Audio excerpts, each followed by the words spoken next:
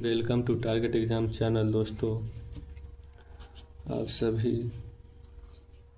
खुश होंगे, स्वस्थ होंगे और मस्त होंगे और अपना पढ़ाई कंटिन्यू कर रहे होंगे।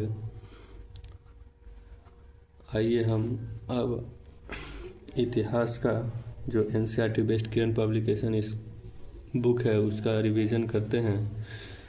कल का वीडियो में हमने पूरा पाषाण काल या शिकार एवं खाद्य संग्रह का युग पढ़ लिया था।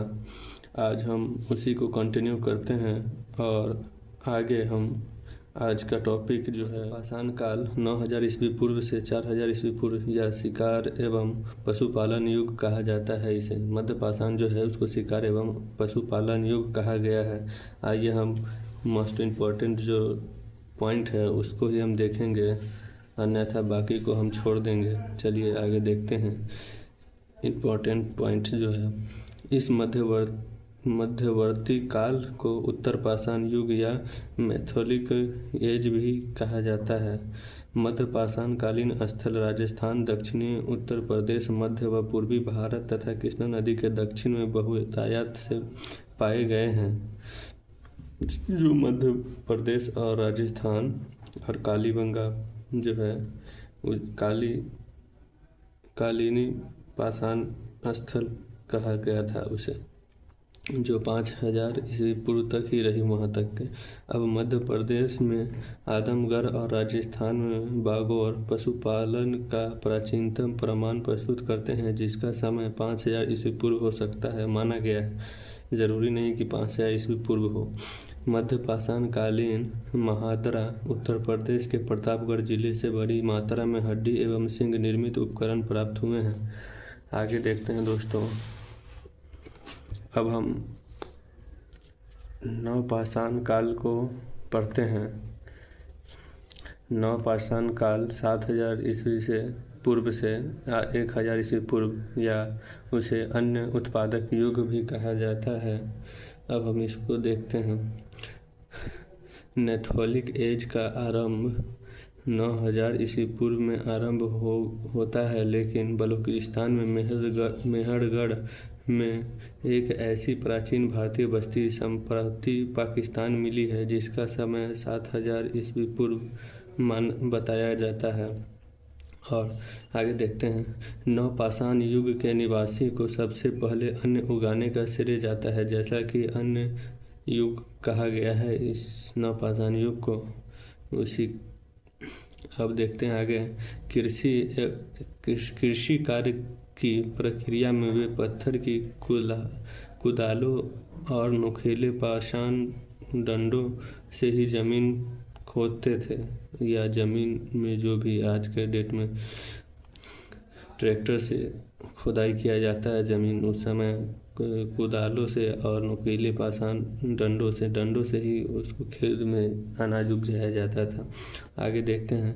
वे मिट्टी और सरकंडे से निर्मित गोलाकार तथा आयताकार घरों में निवास करते थे। मिट्टी से बने गोलाकार और आयताकार जो ये नवपाषाण युग का जो है उसमें जो निवासी थे उस समय गोलाकार और आयताकार घरों में निवास करते थे। इस युग में लोग घर बनाकर अस्थायी रूप से रहना सीख गए थे। बुर्ज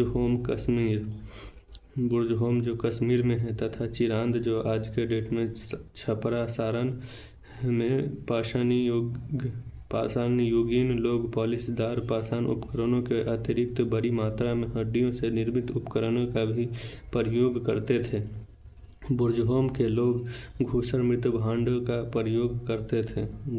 बुर्जहोम जो है उसमें जब कश्मीर का उसमें मृत भांडों का मतलब जैसे कराने कहते हैं सुराही होता है, उसे उस वक्त सुराही और जो मिट्टी का घड़ा बनता है वो मृत भांड कहलाता है। घूसर मृत भांड का प्रयोग करते थे। यहाँ कब्रों में पालतू कुत्ते भी अपने मालिकों के शवों के साथ दफनाए जाते थे। जैसे कोई मालिक मर गया है, उसके साथ उसका पालतू जो कुत्ता रहता था उसको साथ ही दफनाया जाता था। यह प्रथा भारत के अतिरिक्त अन्य कहीं नहीं पाई गई है, यह सिर्फ नवपाषाण काल में ही पाई गई थी। इस काल के लोग कृषि के अतिरिक्त पशुपालन भी करते थे, मतलब कृषि के अलावा पशुपालन भी करते थे इस काल के लोग। आइए देखते हैं आगे। मेहरगढ़ के नवपाषाणीय लोग गेहूं, जौ, रुई उपजाते थे, जबकि इलाहाबाद के पास कोल्डी हवा से चावल उगाने का प्रमाण मिलता है। इलाहाबाद के पास जो कोल्डी हवा क्षेत्र है उसमें चावल उगाने का सब पहला प्रमाण मिलता है वहाँ से। आगे देखते हैं दोस्तों और समझते हैं।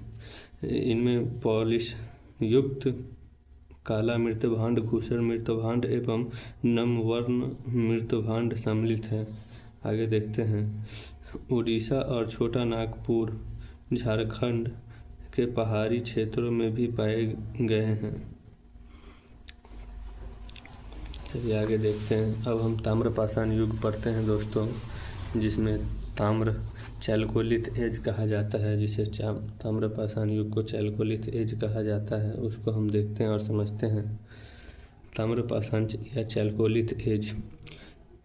नवपाषाण युग का अंत होते होते धातुओं का प्रयोग आरंभ हो गया था। पत्थर के साथ साथ पहली धातु के रूप में तांबा उपकरणों का भी प्रयोग होने लगा था। पहली धातु जो था तांबा था। ताम्रपाषाण काल में पहला उपयोग पत्थर के साथ साथ तांबे का भी प्रयोग होने लगा, इसीलिए इसे ताम्रपाषाण युग का नाम भी दिया गया था। इसे चैल्कोलिथ युग भी कहा गया है। देख लीजिएगा दोस्तों, ये क्वेश्चन बनता ही है और प्रीवियस ईयर में आया ही ये क्वेश्चन है। राजस्थान में आहार और गिंगलुंड में उत्खनन हुआ, जो बनास घाटी के सूखे भागों में स्थित है। बनास घाटी में जो है राजस्थान, आहार और गिलगुंड में उत्खनन हुआ, जो बनास घाटी में सूखे भागों में स्थित है। चलिए आगे देखते हैं। पश्चिमी मध्य प्रदेश में मालवा, कायथा और एरन में उत्खनन हुआ। मालवा से प्राप्त मृतभांडों को ताम्रपाषाणीय मृतभांडों में उत्कृष्ट माना गया है। और पश्चिमी महाराष्ट्र के जैरवे, नेवासा एवं दैमाबाद, अहमदनगर, चंदौली, सोनगांव, नामगांव, झामगांव, प्रकाश और नासिक में विस्तृत उत्खनन किए गए हैं, जो ये सभी स्थल जैरवे संस्कृति के थे। जैरवे एक संस्कृति था ताम्रपाषाण युग के समय। उस संस्कृति के ये सब जितने भी जैरवे, नौपाशा, दैमाबाद, जैसे अहमदनगर, चंदौली, सोनगांव, इनामगांव, झामगांव, प्रकाश, नासिक में विस्तृत उत्खनन किए गए थे। आइए दोस्तों आगे देखते हैं। जैरवे अहमदनगर जिले में गोदावरी नदी की शाखा पर वरा नदी के दाएं तट पर अवस्थित है। जैरवे जो है अहमदनगर जिले में गोदावरी नदी की शाखा पर वरा नदी के बाएं तट पर अवस्थित था। आगे हम देखते हैं दोस्तों। आहार संस्कृति का काल 2100 ईस्वी पूर्व से 1500 ईस्वी पूर्व माना जाता है। आहार संस्कृति का काल जो है 2100 ईस्वी पूर्व से 1500 ईस्वी पूर्व माना जाता है। चलिए आगे देखते हैं। ऊँटों के अवशेष भी मिले हैं यहाँ से। ये गेहूँ, चावल, बाजरा, मसूर, उड़द, मूंग, मटर, रागी, मड़ुआ, अलसी तथा कपास उगाते थे। वे मछली पकड़ने के टाँके या बंसी का प्रयोग करते थे। उस समय जो मछली पकड़ते थे लोग, वो बंसी और टाँके बना करके वो पकड़ते थे। लोग मृत को अस्थि कलश में रखकर अपने घर के फर्श के नीचे उत्तर दक्षिण स्थिति में गाड़ते थे। ये आया हुआ क्वेश्चन है दोस्तों प्रीवियस ईयर में, कि ऐसा कौन सा काल है जहाँ पे अब अस्थि कलश को उत्तर दक्षिण में अपने घरों में गाड़ करके रखते थे, वो पूछा गया था कि कौन सा काल में। तो ये आपको आंसर होगा ताम्रपाषाण काल, चैल्कोलिथ, जिसे चैल्कोलिथ एज कहा जाता है। ताम्रपाषाणीय लोग तो मातृ देवी की पूजा करते थे। यहाँ मातृ देवी जो है उसकी पूजा होती थी। और यहाँ अनेक कच्ची मिट्टी की नग्न मूर्तियाँ भी पूजी जाती थी। वहाँ जो ये ताम्रपाषाण काल है, इसमें नग्न मूर्तियाँ जो है वो कच्ची मूर्ति का बना हुआ था, उसे इसमें पूजा जाता था। इम्पोर्टेंट क्वेश्चन है, सॉरी एक जो क्वेश्चन बनता है और ये प्रीवियस ईयर का क्वेश्चन है दोस्तों, जिसमें पूछा गया है कि कौन सा काल में मातृ देवी की पूजा करते थे लोग। वो ताम्रपाषाणीय काल में ये करते थे मातृ देवी की पूजा। चलिए आगे देखते हैं दोस्तों। यहाँ गैरिक मृत भांड OCP भी पाया गया है। इसे ऑर्चर्ड कलर्ड पोएट्री कल्चर भी कहते हैं। इसका फुल फॉर्म जो है ऑर्चर्ड कलर्ड पोएट्री कल्चर, इसका फुल फॉर्म है। याद रखिएगा दोस्तों, पूछ लेता है OCP का फुल फॉर्म। अब हम इसी को आगे देखते हैं दोस्तों और समझते हैं।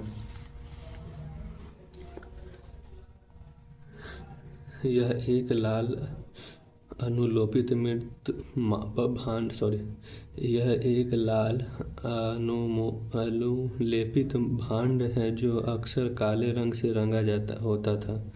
आगे देखते हैं। राजस्थान का कालीबंगा और हरियाणा का बनावली प्राक हड़प्पीय ताम्रपाषाणिक अवस्था है। आगे देखते हैं। कोटदीजी और कायथा की संस्कृति हड़प्पा कालीन है। कोटदीजी और कायथा जो है नगर में हड़प्पा संस्कृति का काल है। आगे हम देखते हैं दोस्तों। जलोर मिट्टी वाले मैदानों और घने जंगल वाले इलाकों को छोड़कर प्रायः समूचे देश में ताम्रपाषाणीय संस्कृतियाँ प्राप्त हुई है। जलोर मिट्टी वाले मैदानों और घने जंगल को छोड़कर के सभी इलाके में ताम्रपाषाणीय संस्कृति पाई जाती थी। आगे हम इसे देखते हैं दोस्तों। वे चौकों पर बने काले मृत भांड VRW का प्रयोग करते थे। ब्लैक एंड रेड इसको कहते हैं। आगे देखते हैं दूसरा। मृत भांडों को PGW का प्रयोग करते थे। पीपल वर्ड ग्रुप जिसको कहते थे। आगे देखते हैं दोस्तों। कायथा मालवा एवं एरन मध्य प्रदेश उनकी सबसे पुरानी बस्तियां बसाई गई थी। उन्होंने ही सर्वप्रथम बड़े बड़े गांव बसाए थे। आज आगे देखते हैं दोस्तों। हल और फावड़ा न होने से वे केवल झूम खेती कर पाते थे। झूम क्वेश्चन बनता है, प्रीवियस ईयर का ये क्वेश्चन है दोस्तों कि हल और कौन सा जगह है जहाँ ये झूम की खेती होती है। उसमें छोटा नागपुर आंसर होता है। छोटा नागपुर जो क्षेत्र है झारखंड का, उसमें झूम की खेती होती थी। और कांसे के उपकरणों के प्रयोग से क्रीट, मिस्र, मेसोपोटामिया और सिंधु में भी प्राचीनतम सभ्यताओं के विकास में सहायता मिली है। ताम्रपाषाणीय लोग लिखने की कला नहीं जानते थे और न ही वे नगरों में रहते थे, जबकि कांस्य युगीन लोग नगरवासी थे। अब हम आगे देखते हैं। नवदा टोली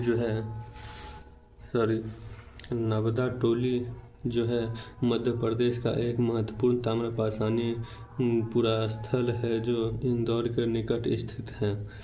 देखते हैं दोस्तों। नवदा टोली जो है इंदौर में स्थित है।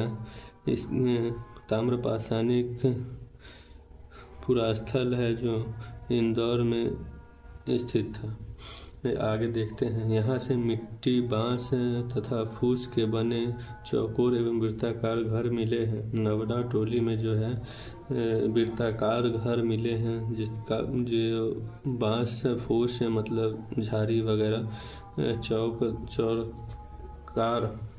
यहाँ वो घर मिले हैं। यहाँ के मृत भांड लाल रंग के हैं।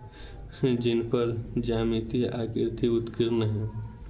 कहने का अर्थ यह है कि जो नब्दा टोली के लोग हैं बांस फूस और जो भी पतझड़ झाड़ी उड़ी वगैरह से यहाँ वृत्ताकार मतलब गोल जिसे कहते हैं राउंड, उस तरह से घर बनाए जाते थे। यहाँ मृत भांड जो था घड़ा वगैरह उसमें लाल काले रंग के मिले हैं और उसमें एक ज्यामितीय आकृति उत्कीर्ण हुई है। चलिए अब हम सिंधु घाटी सभ्यता को समझते हैं और पढ़ते हैं और रीड करते हैं। सिंधु घाटी सभ्यता या हड़प्पा सभ्यता 2500 ईस्वी पूर्व से 1750 ईस्वी पूर्व माना गया है। इसको सैंधव सभ्यता आद्य ऐतिहासिक काल की सभ्यता थी, जो इसको सैंधव सभ्यता आद्य ऐतिहासिक काल का माना गया है। आगे देखते हैं। हड़प्पा संस्कृति को कांस्य युगीन भी कहा जाता है। दोस्तों ये इम्पोर्टेंट क्वेश्चन है प्रीवियस ईयर का, हमेशा आता है क्वेश्चन। ये प्रीवियस ईयर में कोई ना कोई शिफ्ट में ये पूछ ही देता है और रिपीटेड करता रहता है ये क्वेश्चन। और यहाँ जो सिंधु सभ्यता जो है, हड़प्पा के लोग को तांबे या कॉपर में टीन ऐसे मिलाकर कांसा ब्रॉन्ज बनाने की विधि आती थी। जैसे वहाँ के लोग को टीन और कॉपर मिला करके ब्रॉन्ज बनाने का साक्ष्य प्राप्त हुआ है। अब हम आगे देखते हैं दोस्तों। हड़प्पा टीले का सर्वप्रथम उल्लेख 1826 ईस्वी में चार्ल्स मैसन्स ने किया था। जो चार्ल्स मैसन्स ने था 1826 में इसको टीले का सर्वप्रथम उल्लेख किया था हड़प्पा का। चार्ल्स मैसन 1826 में इसको मतलब ध्यान रखिएगा, क्वेश्चन बनता है इससे दोस्तों कि कौन था जो सबसे पहले 1826 में हड़प्पा टीले का उल्लेख किया था। वो चार्ल्स मैसन्स था। आगे देखते हैं। लेकिन एक प्राचीन उन्नत सभ्यता का रहस्ययोग घटना 1826 में कराची और लाहौर के बीच रेल पटरी बिछाने के दौरान हुई है, जब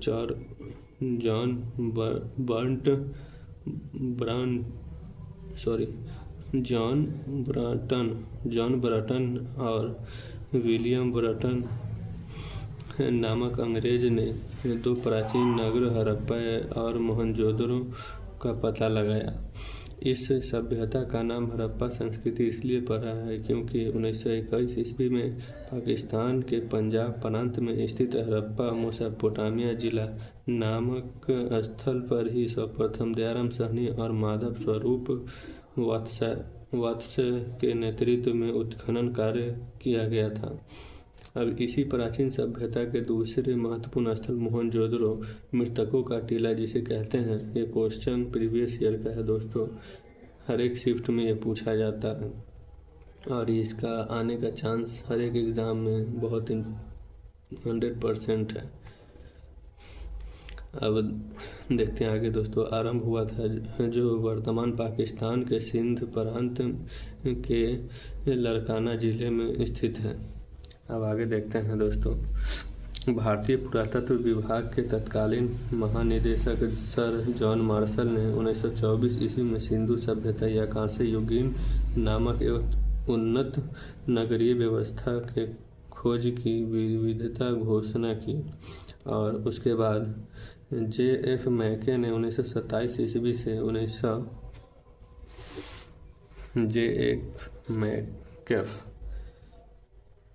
J. मैकेफ ने 1927 ईस्वी से 1931 तक तथा G.F. डेल्स ने 1963 ईस्वी में मोहनजोदड़ो में उत्खनन कार्य किया। आगे देखते हैं दोस्तों। पिगट ने हड़प्पा एवं मोहनजोदड़ो को एक विस्तृत साम्राज्य की जुड़वा राजधानी कही है। इसको इम्पोर्टेंट क्वेश्चन मार्क कीजिएगा दोस्तों और इसको ध्यान रखिएगा कि कौन सा भी अंग्रेज जो था उसने हड़प्पा और मोहनजोदड़ो को जुड़वा राजधानियाँ बताया, वो था पिगट। आगे देखते हैं। वैसे तो हड़प्पा सभ्यता का केंद्र पंजाब और सिंधु मुख्यतः सिंधु घाटी में है, लेकिन सैंधव सभ्यता दक्षिण और पूर्व में बलूचिस्तान, गुजरात, राजस्थान, हरियाणा, पश्चिम उत्तर प्रदेश, जम्मू और उत्तरी अफगानिस्तान तक विस्तृत है। इसी को आगे देखते हैं दोस्तों।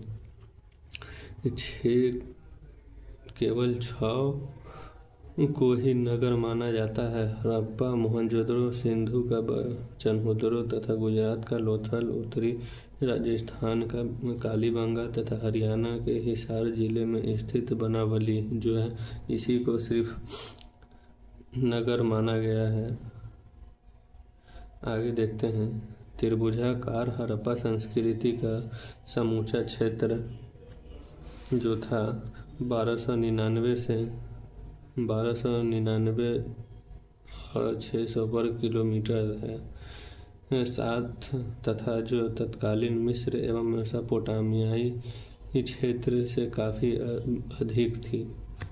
इसको कहते हैं त्रिभुजाकार हड़प्पा संस्कृति का समूचा क्षेत्र था, जो त्रिभुज ट्रेंगल टाइप में जो था वो हड़प्पा बसा हुआ था ट्रेंगल टाइप में, और इसका 12,99,600 वर्ग किलोमीटर था।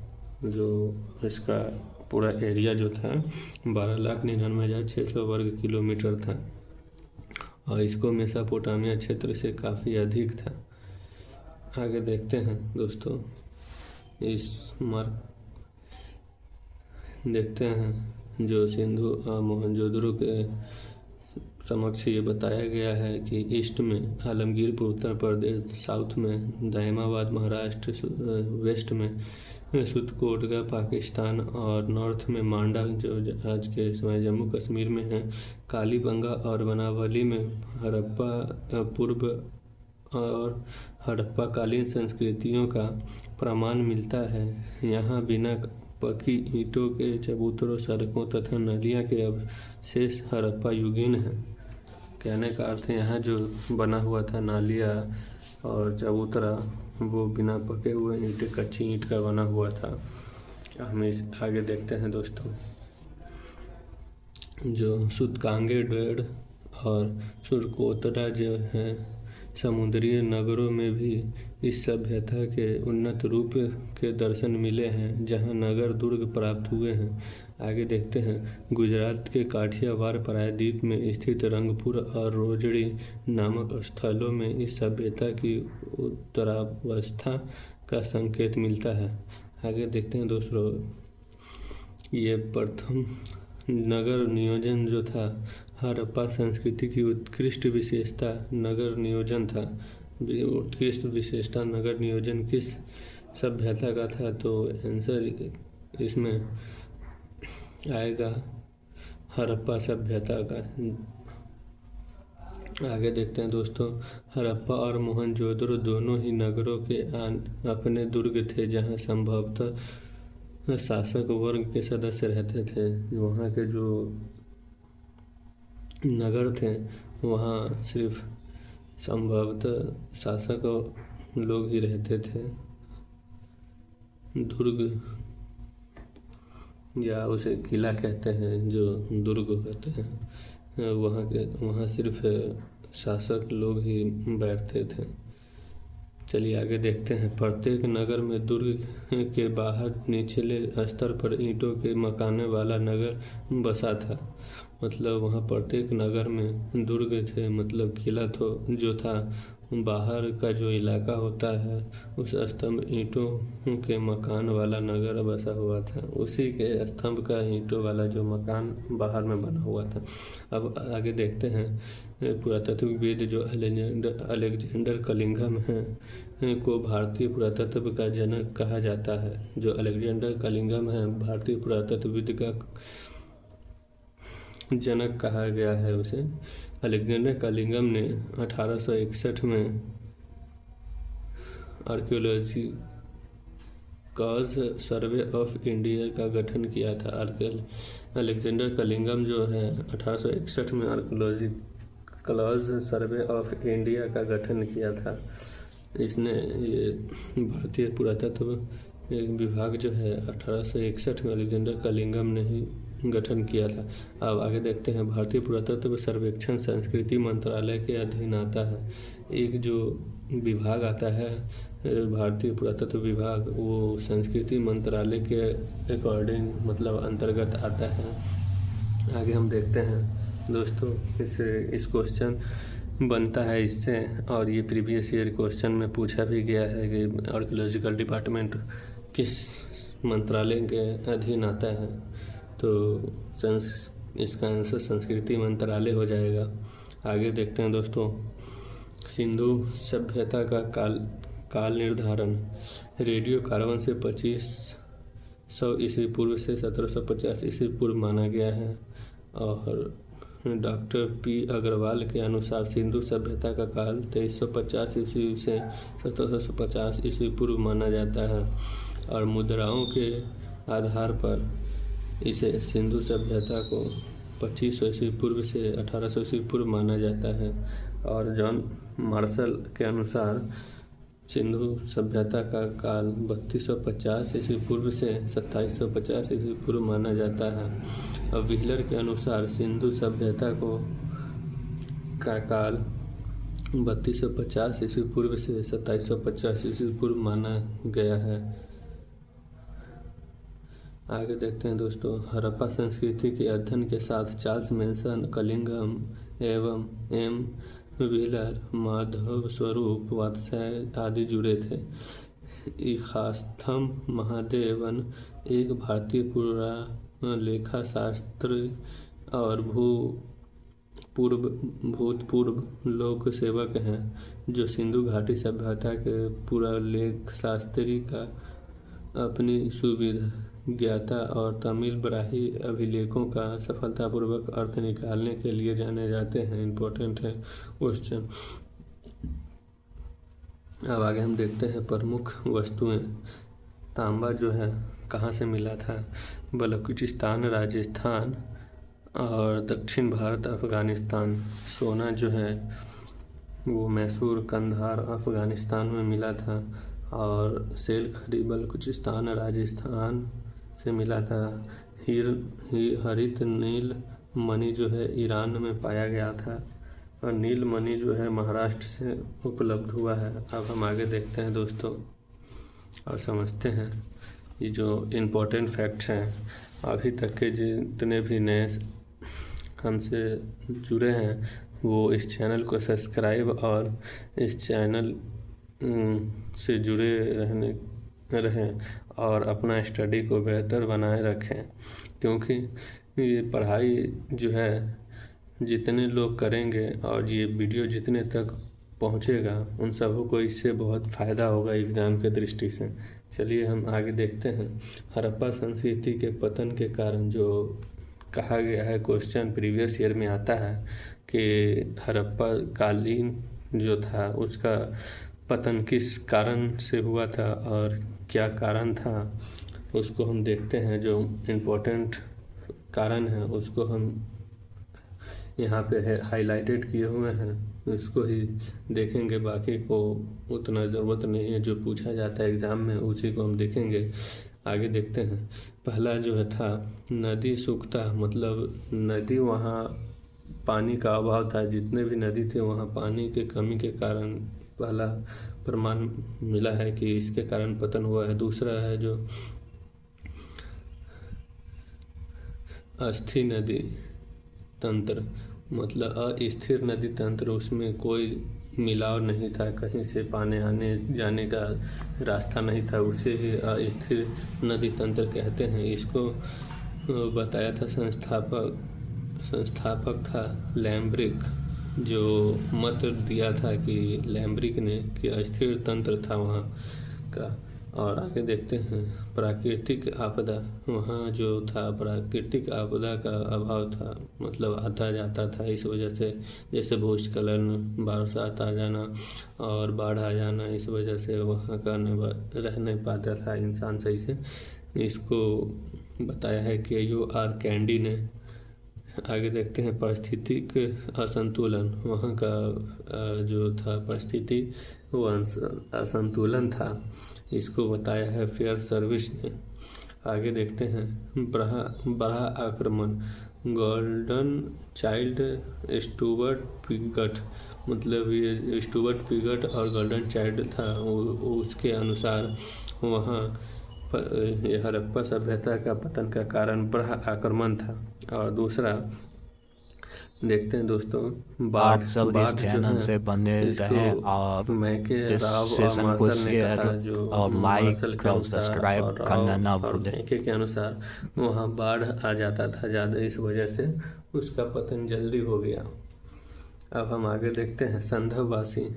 संधववासी दरअसल प्रणाली पर आधारित बाटों का प्रयोग करते थे, जो 16 के गुणज के बाट में प्राप्त हुए हैं, जैसे 16, 64, 160, 32, 640 इत्यादि।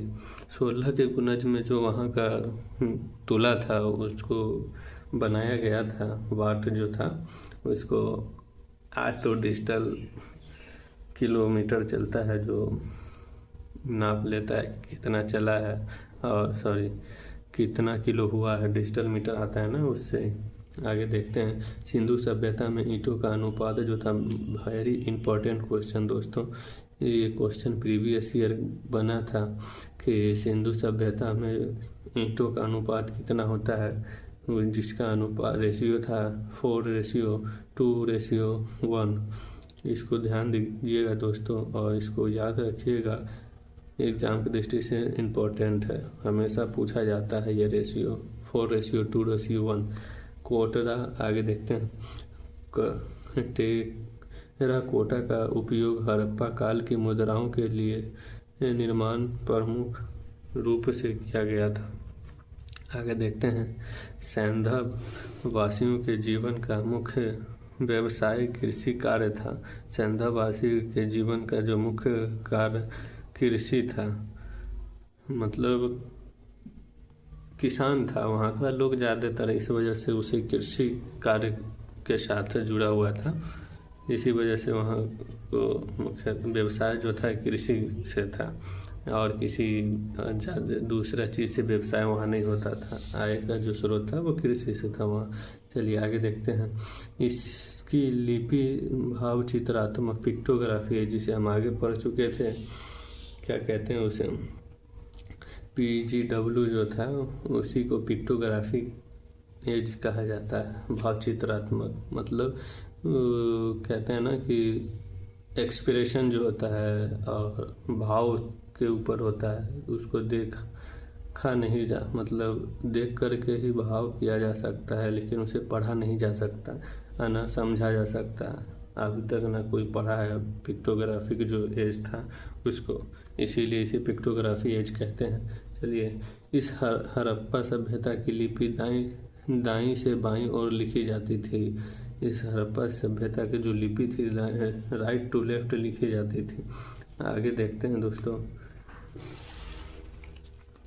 यहाँ पतली गर्दन वाले बड़े आकार के घड़े तथा लाल रंग के बर्तनों पर काले रंग का चित्रकारी हड़प्पा के बर्तनों की मुख्य विशेषता था। हम बोले ना कि जो ऐसे करके घड़ा जो बना हुआ रहता है, सुराही टाइप पे, इसी को कहते हैं पतली गर्दन वाले। इसमें गर्दन जो है पतली है, इस वजह से इसे पतली गर्दन वाले कहा जाता है, सुराही को।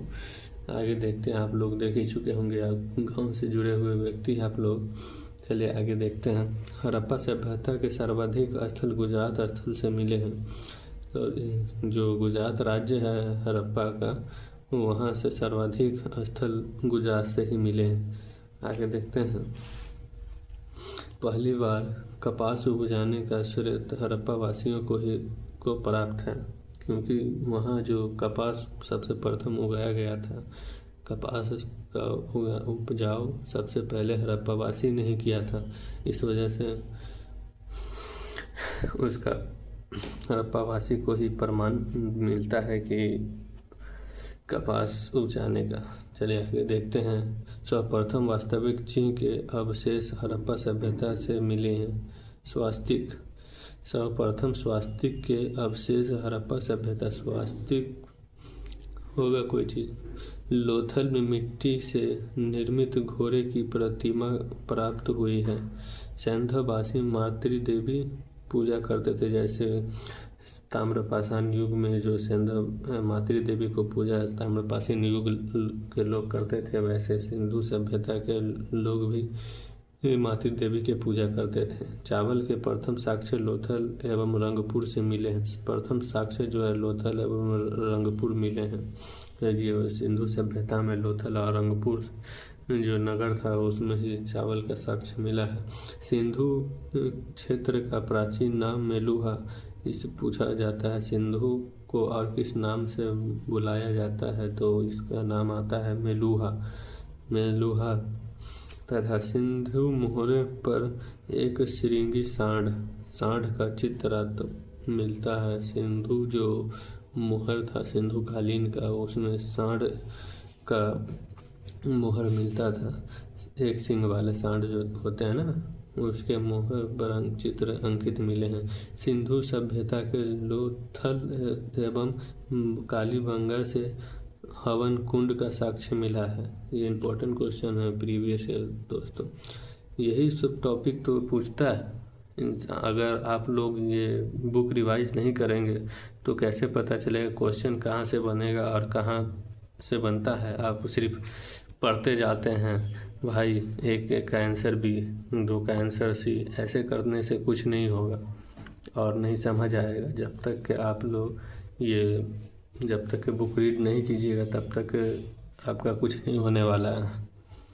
इसीलिए पहले बुक रीड करना देखिए और समझिए कि उसमें बुक में जो इम्पोर्टेंट फैक्ट्स पूछे जाते हैं प्रीवियस ईयर उठा लीजिए, जो भी हमने ये हाईलाइट किया है इसमें से ही पूछे जाते हैं। हर एक बार इसी सब पूछता है और बनाएगा कहाँ से क्वेश्चन, यही सब पूछता है। चलिए आगे बढ़ते हैं दोस्तों और समझते हैं। जो ऋग्वेद में हड़प्पा सभ्यता को हरियूपिया कहा गया है। हरुपिया, जो ऋग्वेद में हड़प्पा सभ्यता को हरपिया कहा गया है। ऋग्वेद जो है उसमें हड़प्पा सभ्यता को हरियूपिया कहा गया है। इसको ध्यान रखिएगा, इम्पोर्टेंट मार्क है दोस्तों। और ये क्वेश्चन आता है कि ऋग्वेद में हड़प्पा सभ्यता को क्या नाम दिया है, तो आप क्या बताइएगा? हरपिया, हरियूपिया। आगे बढ़ते हैं दोस्तों और समझते हैं कुछ फैक्ट को। विश्व में चांदी सर्वप्रथम भारत हड़प्पा सभ्यता में पाई गई है। जो विश्व में चांदी सर्वप्रथम भारत में ही पाई गई है, जो हड़प्पा सभ्यता में थी। आगे देखते हैं। मोहनजोदड़ो की मुख्य सड़क 10 मीटर चौड़ी थी। ये इम्पोर्टेंट क्वेश्चन है दोस्तों। ये प्रीवियस ईयर क्वेश्चन आया हुआ था कि मोहनजोदड़ो का सड़क का चौड़ाई कितना मीटर है।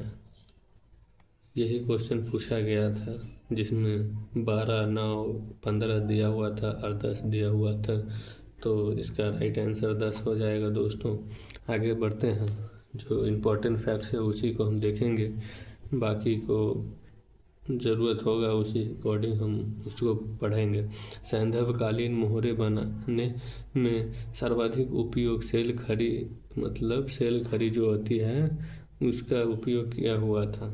आजकल जो सेल खड़ी जो कोई प्लेट, बर्तनें और आदि या किसी चीज़ को बनाने में प्रयोग होता है, उसी का प्रयोग किया गया था उस समय।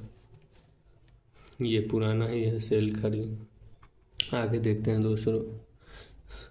सैंधव मोहर बेलनाकार, वर्गाकार, आयताकार और वृत्ताकार होते थे। सैंधव मोहर जो थे आयताकार, बेलनाकार और वृत्ताकार थे। आगे देखते हैं दोस्तों। लोथल एवं कालीबंगा से समाधियाँ मिली है। लोथल जो है और कालीबंगा वहाँ से समाधि मिली है। आगे देखते हैं। हड़प्पा कालीन पुरास्थल कुनाल से चांदी के 2 मुकुट मिले हैं। कुनाल जो है हड़प्पा कालीन स्थल पुरास्थल है, जो वहाँ से चांदी के मुकुट मिले हैं। हड़प्पा में शवों को दफनाने जबकि मोहनजोदड़ो में शवों को जलाने की प्रथा विद्यमान थी। शवों को वहाँ हड़प्पा में दफनाए जाते थे, मोहनजोदड़ो में जलाए जाने का प्रथा मिला है। आगे देखते हैं दोस्तों, जितने भी इम्पोर्टेंट फैक्ट है उसी को हम डिस्कस कर रहे हैं और जितने भी हाईलाइट है उतने ही को ही हम देखेंगे। अब जितना ज़रूरत है एग्ज़ाम की दृष्टि से उतना को ही हम पढ़ेंगे। आगे देखते हैं दोस्तों, आगे बढ़िए।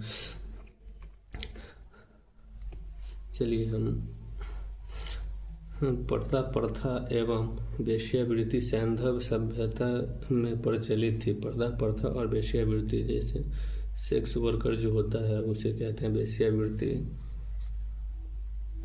और वहाँ प्रथा यहाँ से मिला था।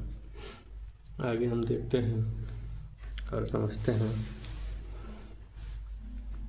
हड़प्पा से प्राप्त मुद्रा में गरुड़ का अंकन मिलता है। गरुड़ एक देवी है, जो देवता है, उसे वहाँ के लोग पूजा भी करते थे। गरुड़ का अंकन प्राप्त मुद्राओं पर भी उनका गरुड़ देवता का अंकन मिला है। मोहनजोदड़ो से सबसे बड़ा भवन विशाल स्नानागार है।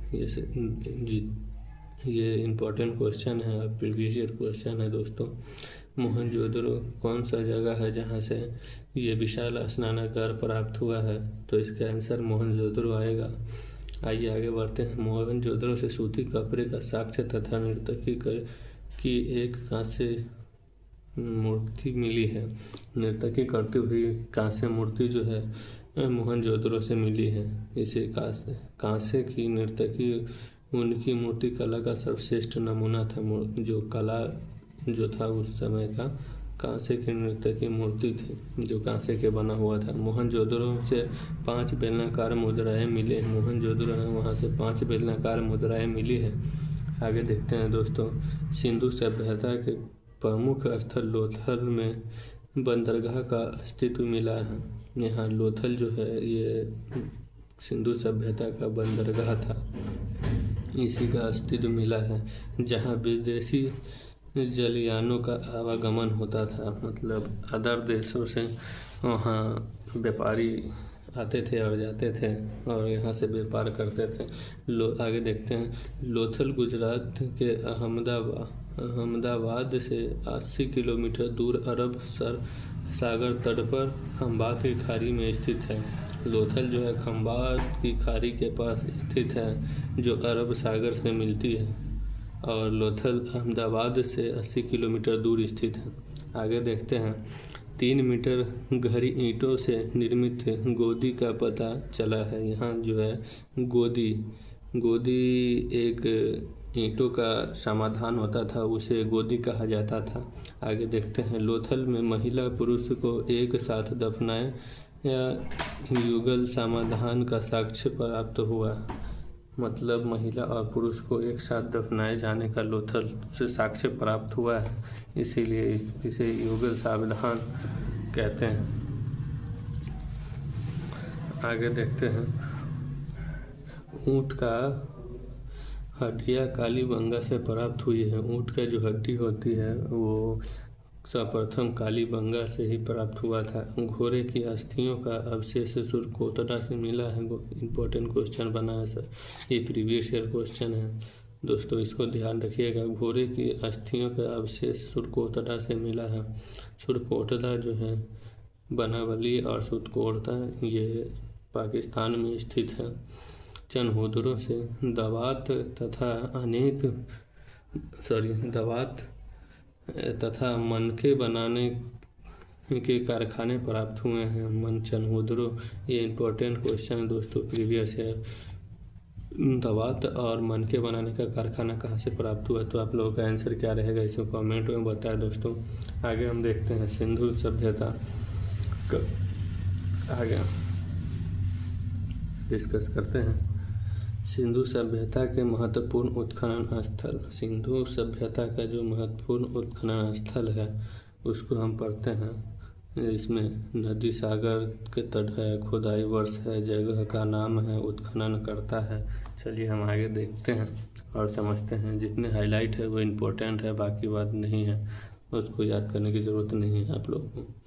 चलिए देखते हैं रावी नदी, जो वर्ष 1921 ईस्वी में हर जगह हड़प्पा, जिसे माटुगुमड़ी पंजाब पाकिस्तान प्रांत में है। हड़प्पा जो है रावी नदी के तट पर है और 1921 में DRM सहनी ने खोजा था। इम्पोर्टेंट क्वेश्चन बनता है, प्रीवियस ईयर ये है दोस्तों। आगे देखते हैं सिंधु नदी 1922 ईस्वी में मोहनजोदड़ो, जैसे सिंध पाकिस्तान में स्थित है। इसको राखलदास बनर्जी सिंधु सभ्यता के उत्खनन करता थे। और 1929 में आमड़ी जो है नाम जगह है आमड़ी, वहाँ सिंधु सभ्यता की खोज NG मजमूदार ने किया था। आगे देखते हैं सिंधु नदी 1931 ईस्वी चनहुद्रो, जगह चनहुद्रो सिंधु पाकिस्तान में है, NG मजमूदार द्वारा ही खोजा गया था। और दासक नदी जो है 1927 ईस्वी में सुरकोटदा, जगह पाकिस्तान बलूचिस्तान के जगह पे है, उसको सर उर्ले स्टीन ने खोजा था। आगे हम बढ़ते हैं और इम्पोर्टेंट जो है उसको हम देखते हैं दोस्तों। हिंडन नदी 1952 से 55 ईस्वी में आलमगीरपुर जगह है उत्तर प्रदेश में, और इसका उत्खनन करता यगदंत शर्मा थे। हिंडन नदी के उत्खनन करता आलमगीरपुर उत्तर प्रदेश में है, जो 1952 से 55 ईस्वी में खोदा गया था। अब आगे देखते हैं दोस्तों सतलुज नदी 1950 से 55 ईस्वी में रोपड़ पंजाब, सतलज तट के पास रोपड़, सतलज नदी के किनारे है रोपड़। वो उसका खोज बीबी लाल ने किया था। बीबी लाल यगदंत शर्मा साथ में ही इसका खोज किया था सतलज नदी का। आगे देखते हैं मादर नदी 1953 ईस्वी में रंगपुर गुजरात मादर नदी तट पर है, जो माधो स्वरूप वत्सय एवं रंगनाथ राव ने इसका खोज किया था। घग्घर नदी जो है 1953 ईस्वी में कालीबंगा हनुमानगढ़ राजस्थान, कालीबंगा जो है राजस्थान में हनुमानगढ़ के पास, उसमें उसका खोज करता थे डॉक्टर ए घोष। घग्घर नदी की खोज करता है डॉक्टर ए घोष। आगे हम देखते हैं सिंधु नदी 1955 से 57 ईस्वी में कोटदजी, जैसे सिंध पाकिस्तान में स्थित है, उसको खोज करता थे FA खान। इसको इम्पोर्टेंट मार्क लगाइएगा दोस्तों, FA खान जो है उसको ही खोज करता थे सिंधु नदी के। और दूसरा देखते हैं दोस्तों भोगवा नदी 1955 से 63 ईस्वी, लोथल जो है भोगवा नदी के किनारे स्थित है, अहमदाबाद में है और वर्तमान गुजरात। इसका खोज करता SR राव और माधो स्वरूप वात्सय थे। और इसको देखते हैं अरब सागर का खोज बालाकोट नदी के किनारे हुआ था। बालाकोट जगह है, अरब सागर की खोज हुआ था 1979 में जॉर्ज F डेल्स ने किया था। और 1967 से 68 ईस्वी में धौलावीरा जगह है, भारत में सबसे बड़ा हड़प्पाकालीन स्थल जो है धौलावीरा को कहा जाता है। इस जगह पे अरब सागर की खोज JP जोशी ने किया था। और 1990 से 91 में धौलावीरा के जगह गुजरात जो है उसका अरब सागर की खोज डॉक्टर RS बिष्ट ने किया था। आइए दोस्तों अब हम समझते हैं कि